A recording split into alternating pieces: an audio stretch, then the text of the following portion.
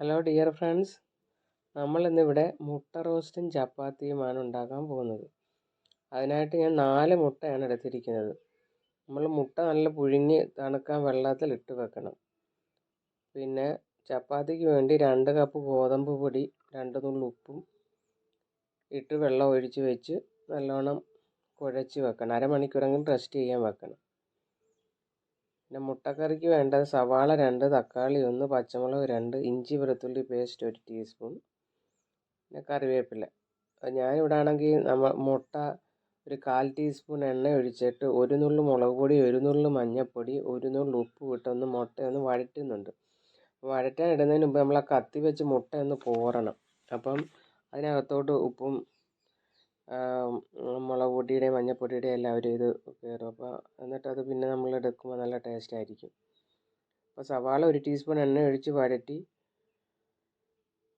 ഇഞ്ചി വെളുത്തുള്ളി പേസ്റ്റും കറിവേപ്പിലയും ഇട്ട് നല്ലപോലെ വഴറ്റി. ഞാനിവിടെ തക്കാളി അരച്ചാണ് ചേർക്കുന്നത്. അപ്പോൾ ഗ്രേവിക്ക് നല്ല കൊഴുപ്പൊക്കെ കിട്ടും. അതിന് 1 ടീസ്പൂൺ മുളക് പൊടി, 1 ടീസ്പൂൺ മല്ലിപ്പൊടി, 1/4 ടീസ്പൂൺ കുരുമുളക് പൊടി, 1/4 ടീസ്പൂൺ ഗരം മസാല, അപ്പം മഞ്ഞൾപ്പൊടി, ഉപ്പും എല്ലാം ഇട്ട് നല്ലോണം മസാല റെഡിയാക്കിയിട്ട് ഒരു 1/2 കപ്പ് വെള്ളം ഒഴിച്ച് വെച്ച് വേവിക്കണം. കുറച്ച് നേരം അടച്ച് വെച്ച് 5 മിനിറ്റ് നല്ലപോലെ ഒന്ന് വെന്ത് കഴിയുമ്പോൾ ചാറെല്ലാം കുറുകി എണ്ണയൊക്കെ തെളിഞ്ഞ് ഇരിക്കും. പിന്നെ നമ്മൾ കുഴച്ച് വെച്ച് ചപ്പാത്തി ചെറിയ ഉരുളകളാക്കിയിട്ട് പരത്തി ഓരോന്നും ചുട്ടെടുക്കുക. എണ്ണ തൂത്ത് ചുടേണ്ടവർ എണ്ണ തൂത്ത് എടുക്കുക. ഇവിടെ ഞാൻ എണ്ണ തൂക്കുന്നില്ല, എണ്ണ ഇവിടെ ആർക്കും ഇഷ്ടമല്ല. അങ്ങനെ എണ്ണ ഇല്ലാതാണ് ഞാൻ ചുട്ടെടുക്കുന്നത്. കുട്ടികൾക്കൊക്കെ കൊടുക്കുകയാണെങ്കിൽ നെയ്യോ എണ്ണയൊക്കെ തടവി കൊടുക്കാം. അവർക്ക് നെയ്യൊക്കെ ഉള്ളിൽ ചെല്ലുന്നത് നല്ലതല്ലേ. അപ്പോൾ വീഡിയോ ഇഷ്ടമായാൽ എല്ലാവരും ഷെയർ ചെയ്യുക, ലൈക്ക് ചെയ്യുക, സബ്സ്ക്രൈബ് ചെയ്യുക.